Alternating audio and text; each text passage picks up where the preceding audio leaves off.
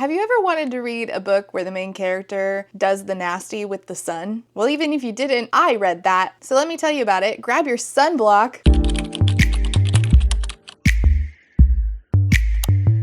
Hi, my name is Rachel, and today we're talking about Star Mother by Charlie N. Holmberg, about a young woman who leaves her home because she doesn't feel like anybody in her life really loves her. She feels like a burden. She feels like a second choice. So she leaves her home and also planet Earth to go get impregnated by the sun and become a star mother. This book taints the legacy of everyone's favorite childhood beverage, Sunny D. Whoa. What are you doing? There's what?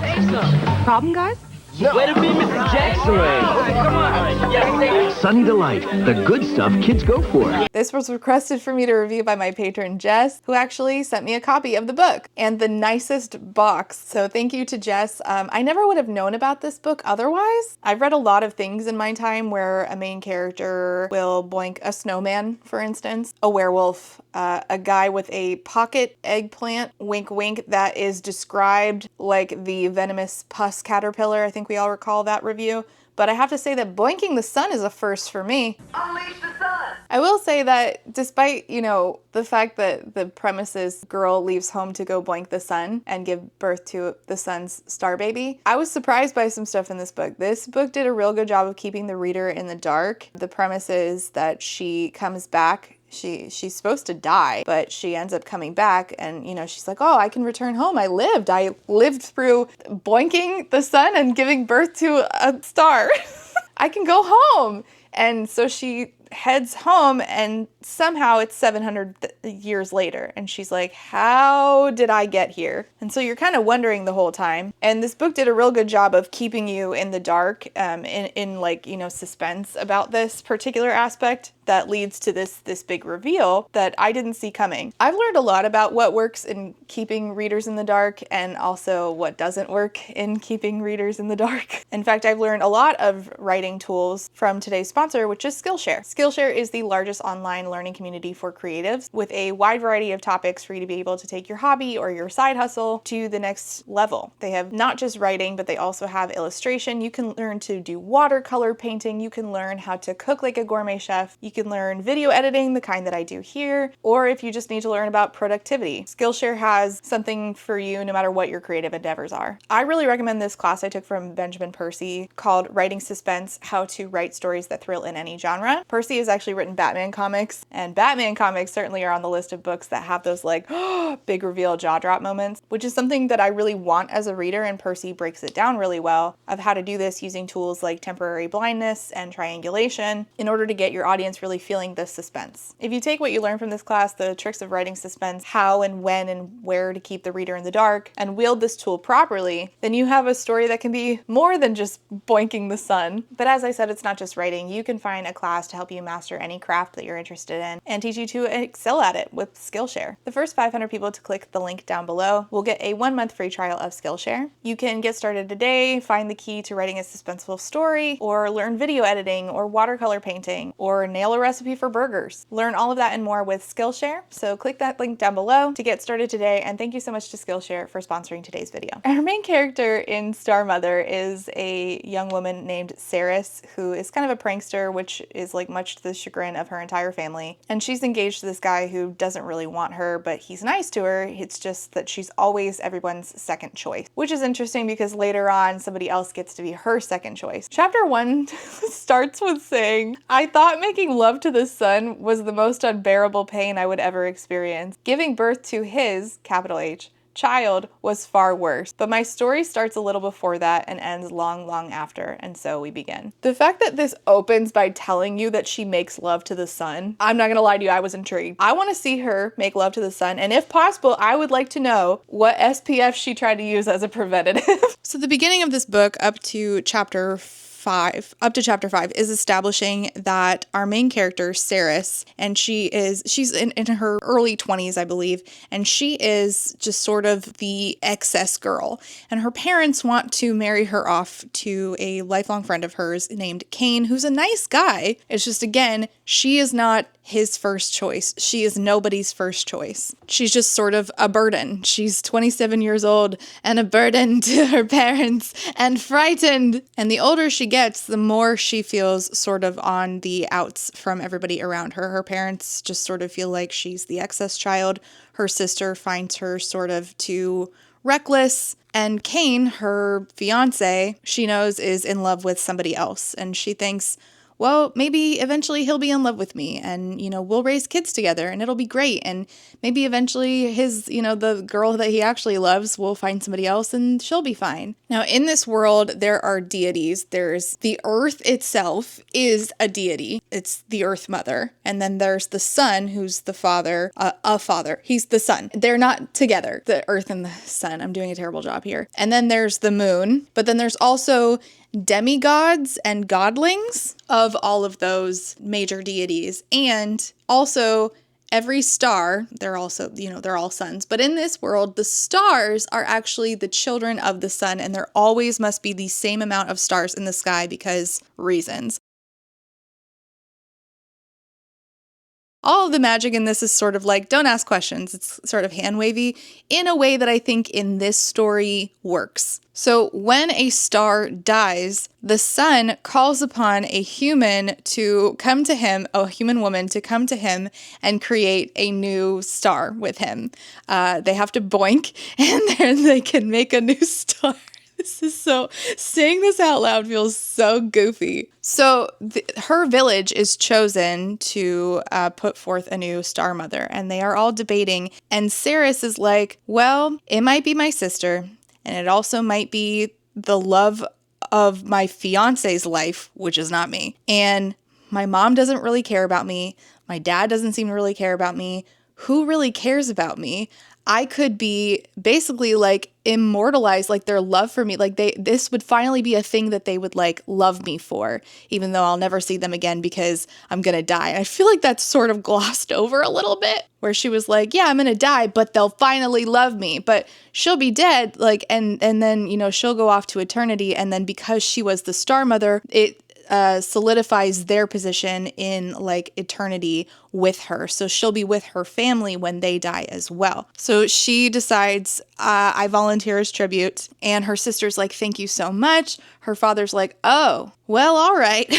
So she goes to the temple, which like transports her. I don't know. It was kind of all a little bit confusing. She wrenches open a door. The searing breath of a god enveloped me. I don't remember stepping forward, only the thud of the door closing behind me. The scorching onslaught of air made me stagger and fall. I collapsed, skin charring and flaking away. I reached one burning hand to the altar, touched it. The light blinded me, and I was undone. So she sort of dies, but sort of also doesn't die, because then she still has to boink the sun, which also might kill her. And then giving birth to a star, if she survives boinking the sun, giving birth to the star will definitely kill her. And yet, none of these do.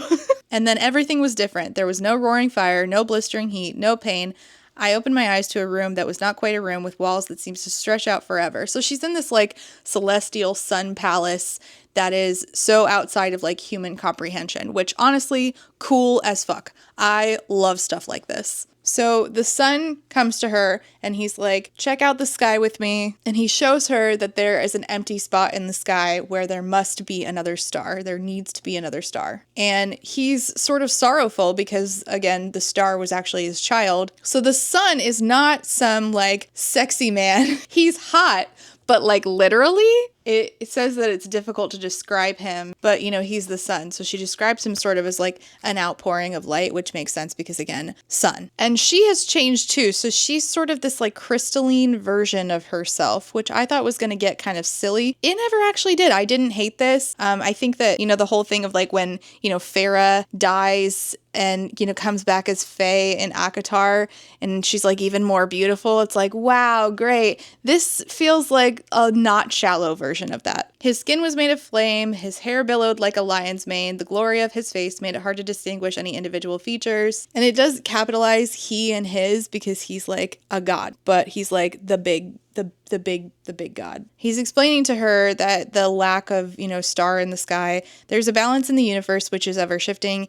It is never easy and always painful. Your kind glimpses only a sliver of it, which makes me sort of nervous to like, you know, see how when you zoom out, humans are so tiny in the scale of things. And that's a lot of like what this book is about, like a human finally understanding a little bit of what that's like, which I like that idea. I like that theme. So he asked her, have you lain with mortal men? And she's like, does it matter? But also, no, I haven't. He tells her, if you wish to turn back, I will allow you to do so. It will not be a slight to your people. I always give the volunteers a chance to change their mind, only one, but I give it. But the law has to be honored, so this is your only chance to say that you don't want to move forward with this. I will hurt you. I do not wish to, but I will. Such is the manner of my existence. He explains that he takes on different forms, and the form that he's currently in is his simplest form, so he's like a sun shifter.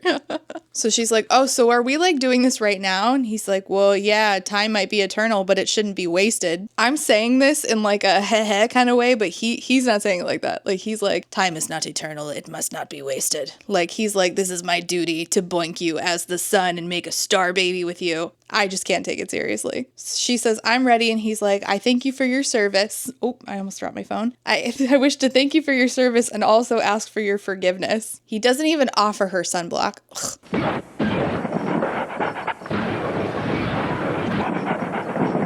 It's a blast of sun. In liquid form. The power-packed taste of Sunny D. Unleash the sun! I understand you can't use a condom because, you know, you have to make a star baby. It's celestial law. However, I just think that a little bit SPF would have been nice. I didn't grasp his request for forgiveness until he touched me. It was a searing touch against my arm, like a hot iron pressed to my skin, but the instinct that told me to jerk away was muted. Unleash the sun! I think I screamed, I must have, but it's hard to remember even now. Neither can I recall the end of it, for after the consummation, there was only darkness. She boinked the sun. The power-packed taste of Sunny D. When she wakes up, she's in a dark room, and she's like, I should have been turned to ash. I should have been turned to smoke and floated away to the heavens, but I was still me, the strange crystalline version of me that existed in this place. How? We don't know. It's just sort of like hand-waved, which again, I think in this book works.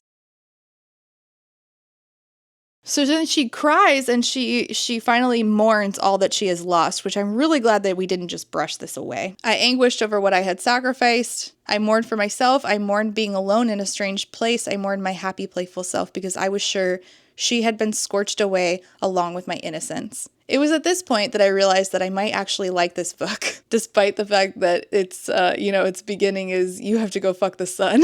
But the kicker is going to be whether or not we portray motherhood, because she is supposed to get pregnant, in a way that gives me the ick or not. Because again, when we have these like fairy tale kind of stories about, these like not exactly human beings that we fall for and we get pregnant, a lot of the times I get the ick. Case in point, once again, ACOTAR, A Court of Silver Flames.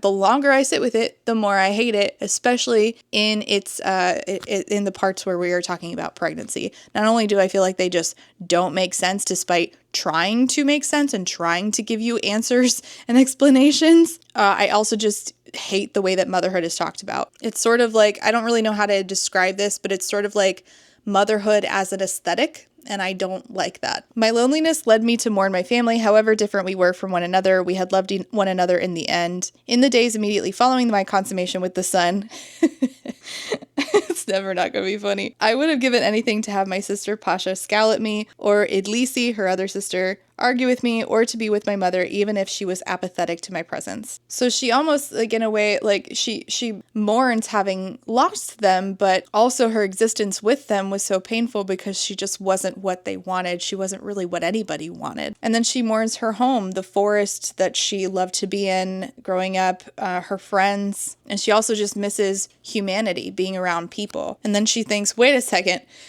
if I'm not pregnant, do I have to boink the sun again? And yet my concerns about conceiving quickly abated. It seemed where there was a God, there was a way. By the end of my first week, I felt something unlike anything I'd ever experienced, a warmth inside me that wasn't my own, a glowing I couldn't see. I knew immediately in all my ignorance that I was pregnant and that a star had budded to life inside of me. And with that budding came wonder, which turned to purpose, which shifted to hope, and that hope helped illuminate the darkness that had crept over my soul. It helped me return to myself, and I pulled the canopy from my bed so I could see the stars and remember why I was here. So at this point, again, I'm still feeling real iffy about the way that we're going to do pregnancy and motherhood. She has a few conversations with the son. She talks about, well, why does it have to be this way? Why does a human have to give birth to stars? And why must the stars be born? And why must the numbers always be the same? And he tries to explain, like, this is how the universe works. Like, these are the rules of the universe. And he is not the one who made them. He is a part of this machine of the universe, and he simply must do what is required of him. So in chapter 5, she gives birth. She has contractions like a normal birth, and the godlings that run this like celestial palace, come to aid her in her birth. And it says, above me, the night sky sparkled with life, a blanket ready and waiting to catch its child. And I was like, oh, well, that's kind of sweet. I kind of like this. But, she has to give birth to a star. So how's this going to pan out? I had been given bountiful time to consider my upcoming delivery. I had seen other women give birth. I had witnessed tears and bravery, trepidation and joy. I had thought I was prepared, but there was no preparing for the vibrant pain that ripped through me as though blacksmith's tongs had grabbed the skin of my toes and peeled it back from my forehead. In one swift, cruel motion, as though my gut had been hollowed out for a cook fire and my entrails the meal. Wow, that is more descriptive than I was anticipating. And honestly, so true. As somebody who has given birth twice, it's the honest to God fucking worst. It's the worst. There's one moment, I think it's called transition, where your brain, you're in so much pain that your brain tells you, hey, you're dead. Like, you're gonna die. This is the moment. All your fears about being close to death compound into this one moment in labor and delivery where you're like, actually, somebody help me, please. This was a mistake. I'm dying. I had thought making love to the sun the most unbearable pain of my existence. Unleash the sun! But I was wrong. This was far worse. There was no question why star mothers died upon the birthbed. No mortal could survive this, not even a godling could. My world became utter agony. I was disembodied. I was fire. I lost consciousness. Time warped. I burned alive for years, decades, centuries, hours, minutes, seconds. I tore apart again and again until finally the darkness swallowed me whole. When she wakes up, they are all shocked that she's alive because she's not supposed to have survived this. Nobody survives giving birth to a star. How is it that they can survive fucking the sun and then go on to birth a star? I don't know. Don't ask me. Again, this is all like, just go with it. Just go with it. The son comes to her and he says, well, you're an anomaly. Never throughout all the chords of time has a mortal withstood the birth of a star. You have broken the routine of a millennia, and I am unsure how to proceed. So she's unprecedented. He's like, well, you could stay here. Like, you could just stay in the sun palace. Like, that'd be cool. I guess you could, hang out. This is not how the sun actually is. This is just me putting like fuckboy energy onto the sun. I'm sorry. I can't help it. And she knew, like, it just instinctually that she was having a girl. And she says, can I see her? And he says, well, you were right. Of course it was a girl. And he says, well, I can't take you to her now. I will take you in due time, but I cannot now. Her power resides in a wild space and it is unguarded. Matters of grave importance are threatening the balance of the universe. And she, the moon, is taking advantage. So it's too dangerous for Ceres to go see her daughter because the moon, again, it's just sort of like, whatever. She has always fought for power, fought to be counted among gods, but that is no trouble of yours. She's like, well, if I have to wait to see my daughter, do I really have to wait here? Like, I could go back, I could be with my family. She says, okay, promise me that you'll take me when it's safe, and I would like to go home now. So in chapter 7, she goes home to Enwever, her town. And she gets there. She's like, so this is Enwever, yes? And a guy says, yeah, of course. Wait a minute. You're very familiar. And she's like, yeah, I don't think anybody was expecting me to come back. You probably know my father. And he's like, yeah, no, not quite exact me. I don't, anyways, I'm fine. It's sort of like, anyways, I've got all you could want here. It's like that TikTok sound. He doesn't want to tell her that she's sort of a myth at this point because it's 700 fucking years later. And that's not normal. Like something went very wrong. He's like, anyways, I'm Father Aiden, Your Highness. And he's like, you see this statue? This is why you're familiar. This is you. She says, what year is it? She's like that clip from Jumanji. And she realizes that she has come back 700 years after she left, which is a thing that I love. Where else did I see this? Was it in Doctor Who? There was somewhere else that did this that I really loved it, where you come back in time, but you come back too late. She runs towards her house, towards the cottage that her friend / ex-fiance Kane was making for them. And she realizes that it truly is 700 years later. And she is, she didn't want to be alone anymore. She wanted to be back with her people. And now she's back with people, but not her people. And she is utterly alone in the world. Then she becomes sort of a spectacle because people are like, oh, a living star mother, this is amazing. And she wants to go find out what happened to her, like her family's descendants, like her sisters must have had kids. She wants to learn what happened to them. She wants to, learn what happened to Kane's family. She wants to see if she has any kin left in the world. And instead she starts getting treated by her former village as this like deity, this like religious symbol. And Father Aiden and his wife, it says, although I had a growing feeling that the Aiden saw me more as a scriptural phenomenon than a living and breathing person, I did not know of any other who would have me. Every last human being I had known was long dead. And they tell her, you're a symbol of hope for us, for the people. You have been for centuries. And she says, I'm merely a survivor. I'm no god. And she wants to go to a town called Nedia to search for her sister's descendants. She thinks that from some information she gathered that that's where her family, or her descendants at least, on her sister's side might have ended up. But the more she talks about it, the more she notices that the villagers don't really want her to leave, and eventually they nail her window shut. The only thing I wanted was my family and a place to belong, and if such a thing existed for me, it was across the country in the city of Nedia. Now the son had given her a ring, an amber ring, and if she activates it, then he can always find her. But he's off dealing with a war with the literal moon. By the way, he can sort of like he can like project himself. So he's like that dude from Watchmen where there can be like more than one of him, but he's like a burning ball of gas, but he's also like a figure of light. Just go with it. Just go with it. Don't ask questions. She's like, how long would those celestial politics take to resolve? And I'm like, well, I mean, technically it's been 700 years, kind of, for you at least. So apparently a while. But time works differently like on Earth than it does in the... Again, just go with it. Just don't ask questions. So she sneaks some stuff and she, cheese, of course, travel food in a fantasy world every time is always the cheese. And she sneaks out. She, gets away and she starts traveling on her own, but she needs a guide. She doesn't know how to get to Nedia.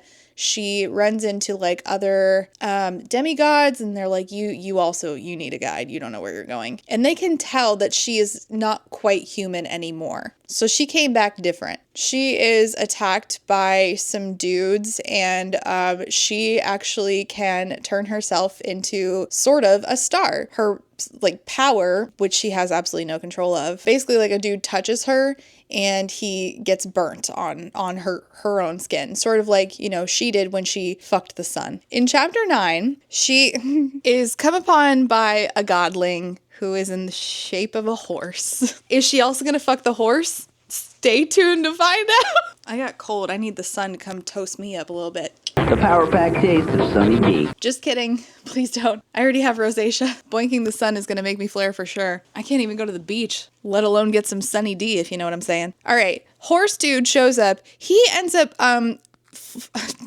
shrinking down and fitting into her pocket because he's on the run from two, I think they're godlings. And they're like, hey, have you seen a horse guy? And she's like, I don't know what you're talking about. I have never seen a horse guy in my life. And no, I have never fucked the sun. And no, you don't know me. She's like, I probably need to be careful because, I'm on the run and I can't be just giving out my government name.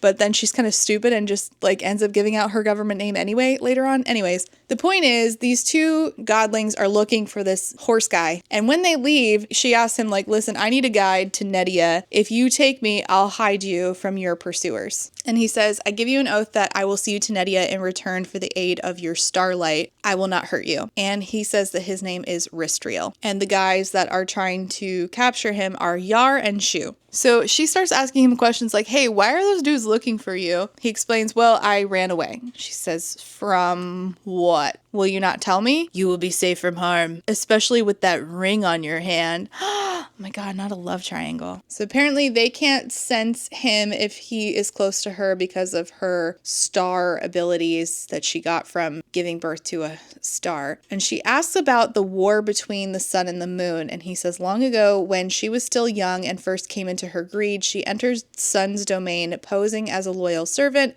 Once she earned his trust, she snuck into his room while he rested and stole a portion of his light for herself. Stop. I love shit like this. I love when we do like sun and moon as celestial beings who are in wars with each other.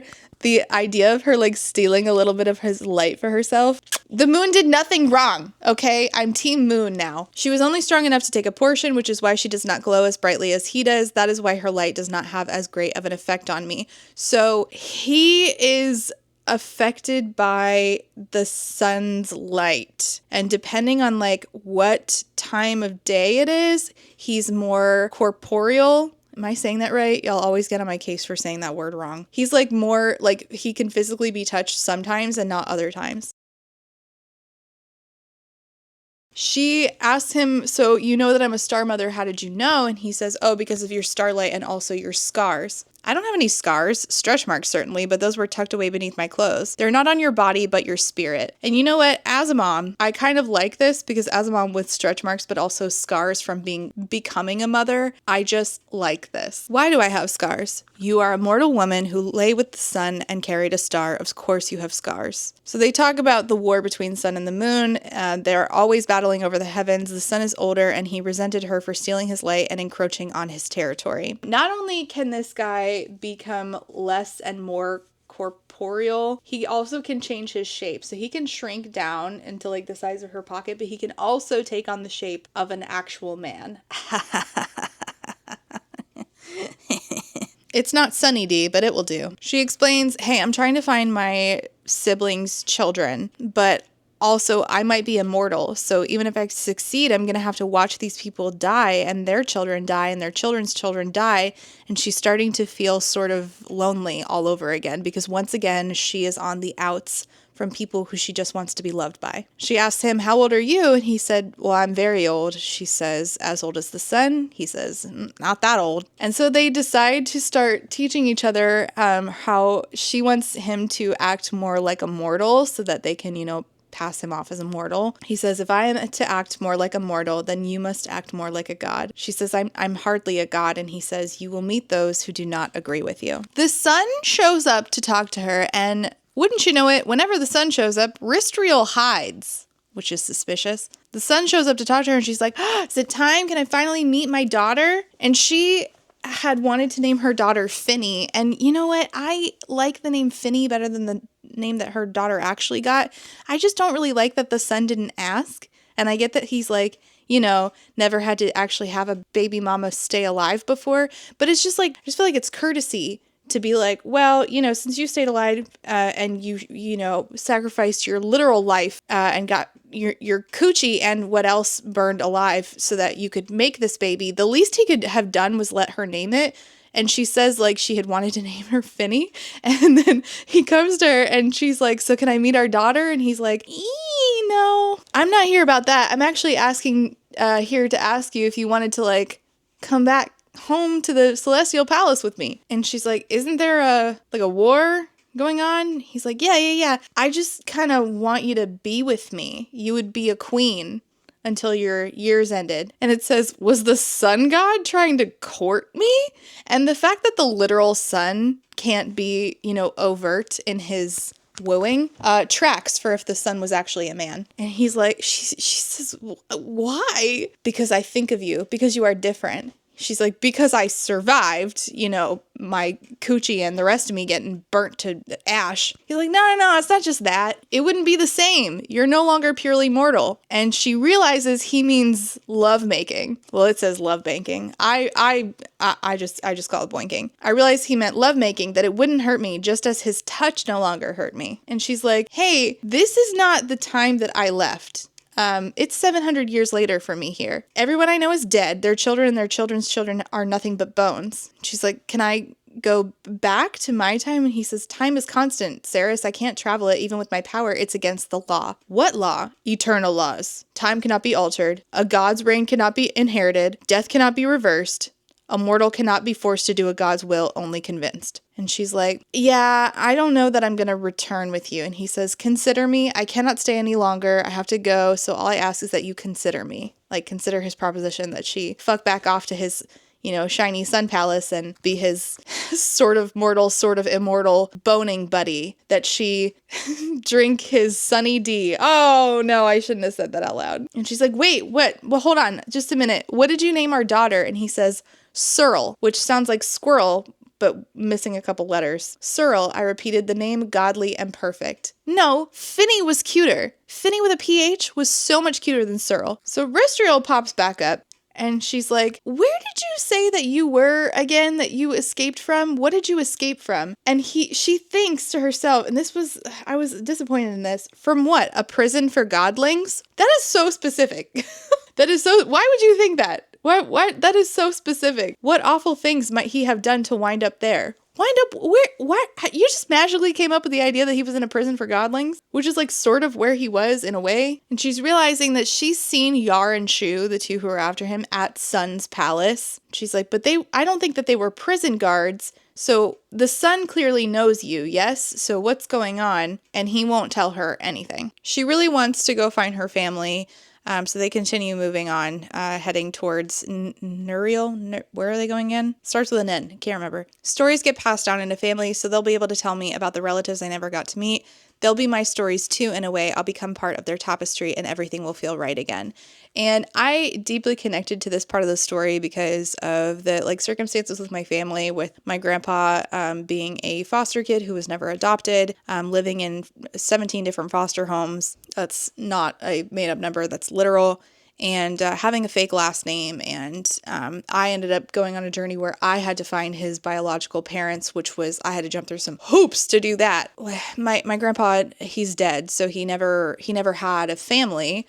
And he was sort of like always on the outs, sort of like our main character Sarah says. And now, like, as his granddaughter, I always wanted to find his place, because part of that is like wanting to find my place as well. Like, where do I belong in the world and who do I belong to? And, trying to find out like a part of whose tapestry am I?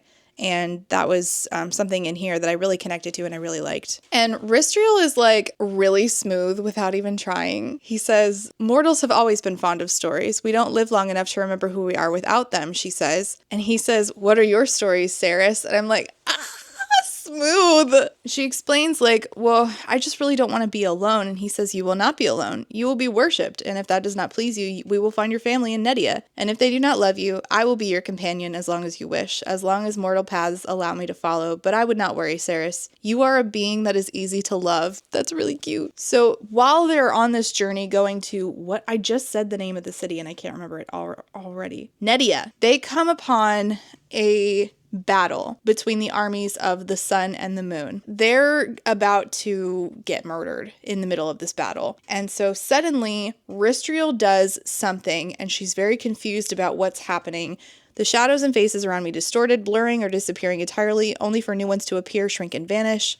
And she's like, the time of day has suddenly changed. Suddenly my hair is very long. My nails have grown out. The grass below me was dead and curled in like it had been cast into a fire. And she's like, we just moved in time. He ends up asking her after this, how long has it been since the sun lit your torch?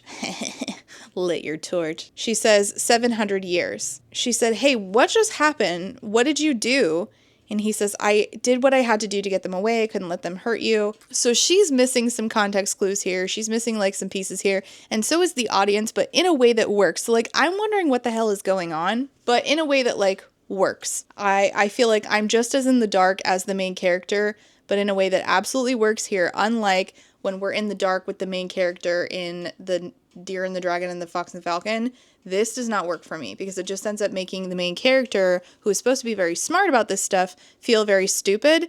And also, I don't have like my bearings on the world and the gods that I'm supposed to know. So when the reveals happen, I'm like, who? What? But when this reveal happens, I feel like I have all the context I needed and just enough seeds along the way, like, you know, to have, at the end, when I put all the pieces I've been given together, it hits at the same time as it does the main character, and I'm like, oh, good reveal. She starts trying to ask him, what kind of godling are you? What's your domain? He's like, I don't really have a domain. My location is myself. It is me. I was once among mortals, but I'm not anymore. And she says, aren't you among us now?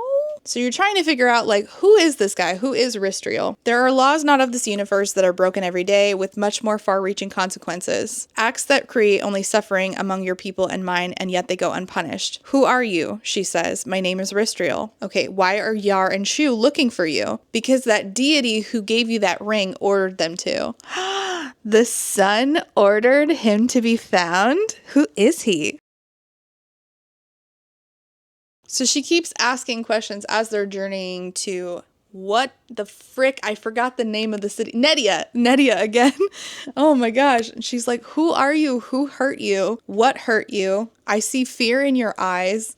They go to a city, a new city. They stay at a city, and it's called Tarnos. It's the name of the village is Tarnos. And she goes and talks to sort of like a religious, like a father of some sort of priest. The father in charge of the village is, or in charge of the temple, is translating some religious texts, and one of them is in the gods' language, because the village of Tarnos is entrusted with many of these texts. And she's like, oh, so this text has like all the different names of these like different gods and godlings. And so she's scrolling through and she goes to the R's, and near the middle is the word Ristri, which means chains or chained to be bound, which means that Ristriel's name is one who is chained. She asked Ristriel again, who are you? Where'd you come from? What's going on? I was created in war. The feud between the sun and the moon is everlasting, nearly as old as they are. I am one of the moon's scars. A portion of her dark side fell to the Earth Mother. The Earth Mother gives life to all things, and thus I was born. The moon is your mother. The earth is also my mother, he clarified, but the ways of the gods are not the ways of mortals. It is not the same. Did he yearn to have a mother as a mortal would? Did he want to be loved by her? And then they are attacked by Yar and Shu, and they say that she needs to get back, or that she's going to answer for his crimes too. And he says, she says, you will not have him, a very like, if you want him, come and claim him kind of moment from the Lord of the Rings movies, and then my starlight grew so bright I could see nothing else. They realize, they get away, and they realize that she only has so much starlight within her. And he says, it would be a great loss to see you die young. And she realizes that she's falling for him, and she says, I don't know if I want a life that doesn't have you in it. It was more of a confession than I'd intended to make, and a sudden one, for I'd known the godling only a week. Now, is this kind of insta-love? Yes. But also, all of the other elements in it are sort of like winning me over at this point, and I'm like, I don't hate it. Once in a while, there's an insta-love that doesn't make me want to die, and I guess this is it. The sun comes to talk to her again, and he tells her to call him by his real name, which is Sion. He has many names. Some people call him Sato, but his first name was Sion. I felt like I had been entrusted with something sacred, and that made me feel loved, special. So this is when I started to think, wait, so she still is into the sun, but she's also very much into Ristriel. And he asks her, do you want to go see the heavens? I could take you to see our daughter. But the thing is that Ristriel already did. Ristriel went and took her up into the heavens. She can point to where her star baby is, and she's always like looking for her and thinking of her, and she really like yearns to be with her star daughter. And so Ristriel one night took her to go see her daughter. So then when Sion says, do you want to go see her? The danger is held off for now, but it won't be long before it resurfaces. I would show you the kingdom and our daughter if you wish. Cyril, her name sang in my very bones, but the glee of reuniting with her flashed to fear? Would she tell her father that I had already been to see her? Would I have to falsify my reaction and make it seem like my first? Would Sion accept that I had found another celestial creature to take me and leave it at that? Searle actually tells her that the Yarn Shoe are looking for her. Before she says goodbye to Sion, she says, would you have cared for me had I died like all the others? And he says, do you not hold me accountable for the laws in the universe? Would you have no stars? What I know is that I care for you, Sarah's Wendon, Star Mother. What I do not know is if I would have loved the others as well. So the sun is in love with her. Oh my God. He wants to be her one and only Sunny D. So he says again, consider me, like consider my offer to come and be my queen. And after this, her and Ristriel meet back up, and he says, so since it's a new moon, I'm going to be completely like physically touchable the whole night through. If you want, I could carry you to Nedia. We would be there by morning. Or we could take the long way and, we could spend 3 more days together. And she says, I enjoy walking. I would have kissed him then had he been tangible. I had only ever kissed Cain, and only on the day I had left, I hadn't even kissed Sion. He reveals to her that time is its own realm. It's a realm beyond their own. It's not a god or a being. It's a piece of the universe itself. It is older than all else and yet has no age. It's an endless orchestra for every living creature, and spirit has a song. When I escaped, when I broke my chains and fled, I fled into the chords of time. Time is more eternal than those who would capture me. Time makes others forget. I thought if I could lose myself in time or take enough of it, they would forget about me and I would be free. I found a weak spot, a soft note, and it allowed me to pass through, to enter time itself. I strung its music around me as much as I could get, but Sun and his soldiers realized what was happening and came for me, forcing me to flee. I stole enough for mortals to forget me, but not for gods to. I took 700 years. I knew it was yours after I used time to pull us from the battle. The song was the same, your song. It was your time I took. I didn't know you. The soft note that I entered, I was able to come into the music because that note was so weak. It was dying. I took years from your chord. I shifted your fate. 700 years. And at this point, I was like, oh, no! Oh my God! He took her time.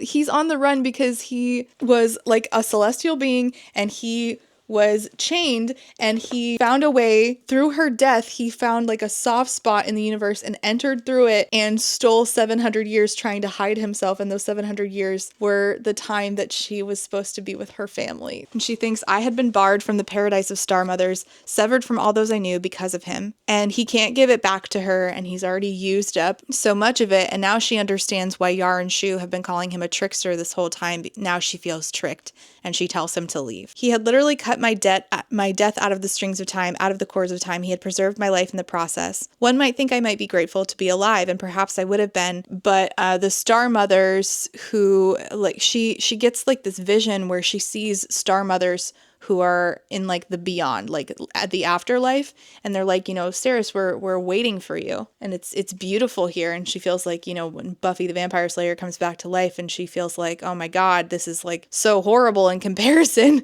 Being back on Earth is so horrible in comparison. I just want to be there with my family. My family's all there, although their star mothers are there. I just want to be there. I had my daughter to live for, of course, but how could I live for a being I could not even inhabit the same space as, who was independent and well all on her own without the care of a mother? I appreciated that we said that, because we think of this motherhood thing as like, again, like an aesthetic, like you finally have your accessory baby, but your baby is a human and they become independent. And then who are you when your baby becomes independent? But then also when your baby's not independent, who are you when your baby's dependent on you? Because you lose yourself in taking care of another person. One truth was immutable. I loved my daughter. I missed her terribly, and her absence was a dull ache in the back of my heart that could not be satiated by mere stargazing. Ristriel shows back up in the form of a bird, and he's like, hey, I just want to let you know that I did find your sister's descendants. And so she is led to the house of the family that is, she's related to one of her sister's descendants. Saris Wendon, the mother of the family, says, you have a statue in the Enwever Cathedral. She says, yes, the story of our family's star mother has been passed down for generations. I married into it, and this is Saris. She points to her daughter. It's a family name. The first girl in every generation is named after the star mother, and you look just like the drawings. I heard a star mother had returned. I never thought it would be you. That was 600 years ago. And she's like, I don't have the heart to tell them that it was 700. I had been wrong. I had not run through every possible scenario in my head, she says. When the women who volunteered to sacrifice themselves for new stars were told their names would be honored and remembered for eternity, it was true. In my case, literally true. They give her a tapestry to look at of a record of her family line, my genealogy preserved, and there were so many more of them than just this family, for names had changed over and over again in marriage. And they tell her, you're a fairy tale, the one that lived. How did you do it? So she tells them her story, including, the part with Ristriel, and they say that they want to have a family reunion so that she can meet everybody. And then the gods are feuding. There's thunder, there's, the sun and the moon warring for the sky. She's told they were created in opposition to one another, and moon has never been happy with less. The workings of mortals are beneath them. They will tear this city apart. Her and Ristriel argue about this, and she's like, we have to leave them away. And he's like, we can't, they're not going to notice us. She says, I realized in that moment what I wanted more than anything was to have him by my side, to run with him through meadows and listen to his stories as he listened to mine, to banter about needlepoint and discover the creations of the Earth Mother. I had seen the paradise that awaited star mothers, but I was not dead yet, and now that Ristriel was leaving me, I wanted nothing more than to live beside him. After this, when Ristriel comes back, he explains, I was created by a shard of the dark side of the moon and the Earth Mother, but neither of them claimed me. I was reckless in my youth, unguided and unsure of myself. The sun won his war and captured me, chaining me in the veil between his kingdom and hers, so the moon could never again assail him at times of strife when he is split and weakened. A demigod created by accident, forced to guard the space between kingdoms. It was beyond any fairy tale. The power of the stars held me in my prison, and I couldn't be there anymore. I was alone, save for just after sunset and before sunrise. Then I could see the Earth Mother and her mortals for a short while, learn their habits, their names, but they never noticed me. But sun and moon's powers would press against me and send me back into the darkness. She says, the war is what created you in the first place. And then a star died, and that star dying is what freed him. The sun shows up and says that Ristriel has to go back to his prison, or at least for the 700 years that he stole, I guess. He's dusk, so he must go back and be the dusk for the 700 years that he stole. And Ceres is like, no, I'll serve in his place. I'll pay his 700 years. He's like, no, that's not going to work either. And she says, fine, I'll serve half his time. If it appeases the universe, let him start before I do and finish first too.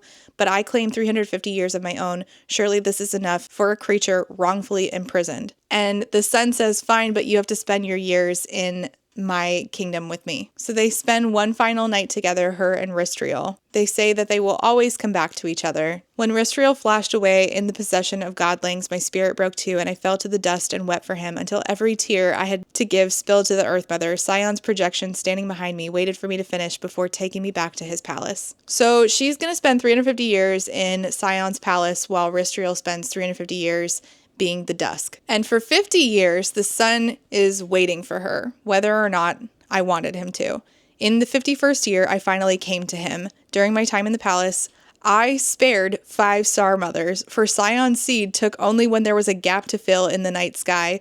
Through our love, I bore him 5 more stars, each as brilliant and playful as Searle. And I was like, The Power Pack taste of Sunny D. Ma'am, you went back to his Sunny D? I was not expecting this. Now, I actually don't mind it because, I think that this is different than mortal love. They're alive for forever. And I understand that, she explains at one point that Sion doesn't do any of this maliciously. All of this is, he is bound to the laws of the universe. In fact, she says at one point she can see celestial strings attached to him, he is literally bound by the laws of the universe. And he does love her.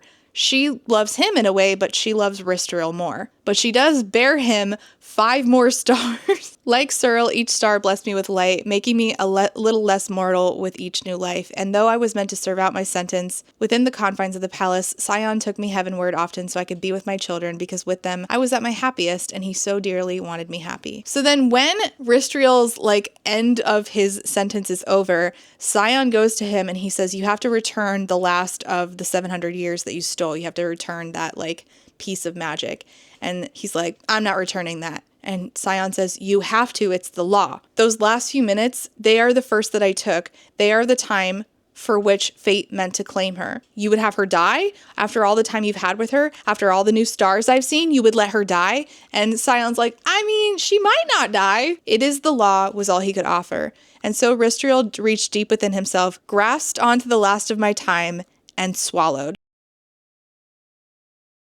Sion heard it and stiffened. What have you done? I've taken it into myself. You and the universe will never have it. Sion blazed. You fool! Do you not know what will happen if you make a mortal's death part of yourself? Now, all of this is like basically going over my head. Do I have a real good understanding of this magic? Absolutely not. I'm just letting it wash over me and having a good time at this point. But of course, Ristriel knew it would make him mortal. Mortality spread over him like a rampant disease. His violet glow diminished, his starlight chain snapped, and his lungs struggled to work, for a mortal could not exist within oblivion. So Sion pushed him into the Earth Mother, and Ristriel lived. And she could have stayed with Sion, but it says, my path had been set before I even left the Earth Mother, and no amount of time could heal the scars Ristriel had carved into my heart. My true love was waiting for me. Before she leaves, she tells Sion, remember the Star Mothers, remember their names and their stories. Tell them of the hereafter, and leave them their choice. Tell them of me, and you will find her. You will find the one who will endure your strength, who will climb the heavens and break oblivion on your behalf, and she will stay here. In the epilogue, it says that they live long lives at each other's sides, and they will die together when it is time, but no one really knows for sure. And they had 17 mortal children together. Their names have been passed down over centuries, though some argue that Ranellis was older than Quilleen, and others argue that Quilleen was actually the firstborn, and the pattern is up for debate. Those who knew the story understand the North Star isn't simply a single light. For Ceres and Ristriel, after living long enough to meet their children and grandchildren and great-grandchildren and their great-great-grandchildren and theirs as well, made a hereafter of their very own, combining their remaining starlight and using it to propel themselves into the sky to be among Ceres' stars. With the strength of their love and the power of the sun god, they stayed there together, two beings burning brilliantly together as one. Despite the fact that this book starts off with the main character fucking the sun, I really liked it.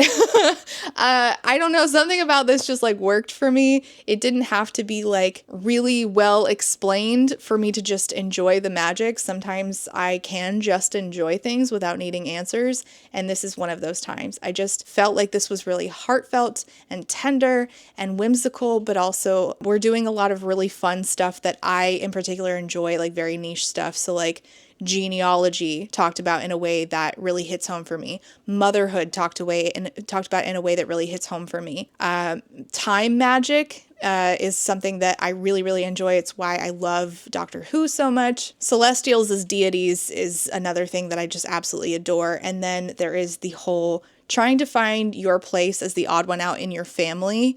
And finding somebody who chooses you first, and then her being the one to experience like choosing the sun second, and then the sun going on, he's the main character in the next book, the sun going on to, finally find the person that chooses him first. I thought that was kind of beautifully done. Something about this just really worked for me, so I gave it a 4.25. Despite the fact that it's about a girl fucking the sun, apparently, I guess I needed a dose of that Sunny D. I think that this is fun. I would recommend it, and I want to read the next one. It is a duology. This is so different than everything that I've read. Like, there's so much. I've read a lot of romantasy over the last year, and this is something really special. Like, this is something that works, like, very particularly to me. The sex scenes were not, like, explicit. They were obviously closed door. So if you're looking for, like, a closed door fantasy romance book, this'll work for you. But the themes here and like the stuff we were doing with like celestials and stuff is just like right up my alley. I really super enjoyed this. So I recommend this one if you can if you can stand the things are very unexplained, and of course the boning the sun thing off page, then consider me, as the sun says. Consider the book. And also it is sort of in a way insta love, but not in a way that is like too much. I feel like it's earned enough.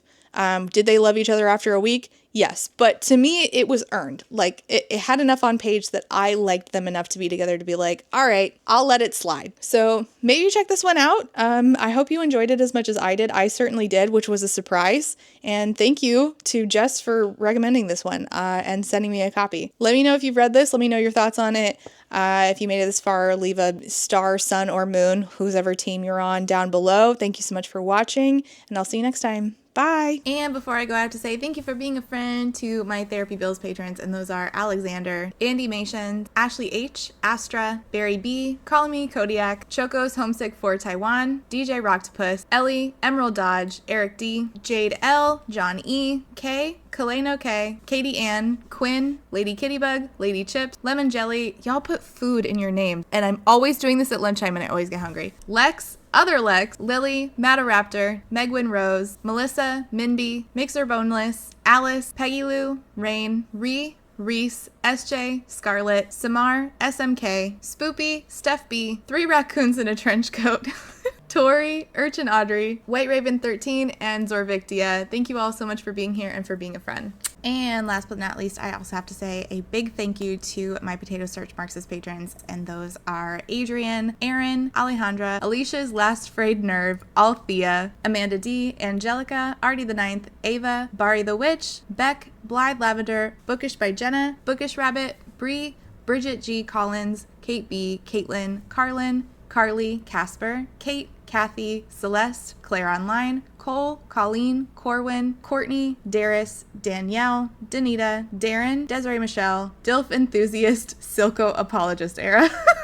Good shit. Dorian, Dorothea supports public education. Hell yeah. Draco-chan, Drive-By Thinker, Ebby, Emily A, Emma, Aaron with 2 E's, Aaron Starlight, Fiona, Gadarn, Halia Artisan, Hannah C, Helen, Harising, JM Tennant, Jay is on Olympus, Jelly V, Jen Michelle, Genderqueer, Jenny G, Jessa Sue, Jill, Jojo Bookish, Juicy Wizard, Kai Brecker has not read Six of Crows, Caitlin, Catherine, Katie L, Katrina, Kaylee, Kayala, Kendra, KMTV, Kayana, Laughing Cat Dog, Laura is Angry, Lauren G, Lazarus Ray, Lindsay M, Lisa B, Lisa L, LP, Lou Siri, Lustful Octopus, Martin, Macy Jane, Maddie, Madison, Man-Eating Plant, Mary, Megan, Malara, May, Morgan, Myth Lesbian, Never, Nicole G, Nicole R, Paige P, Paul, Penelope, Penny Shilling, Foxglove, Plague Carrier, Queen Cereal, Rachel B, Reba, Rebecca, Rebecca R, Rhea, Ronnie, Rosie Thorns, Sikoria, Saintbringer, Sakyalume, Sarah H, Sarah the Bear, Shamed, Shannon, Sheen Onion, Sean, Sophie, Stardust, T Delegati, Talia, That Nerdy Mystic, That One Cute Chick, This Is Not a Trap, Tiana, Too Thick to Work Today. Oh my gosh, I forget how unhinged it gets at the end. Triple M, Taito Phoenix, Unicorn Jenny, Waves, Wobbs, Writer A, and last but not least, Zayden's award-winning Eggplant. Thank you all so much for being here and for being a friend.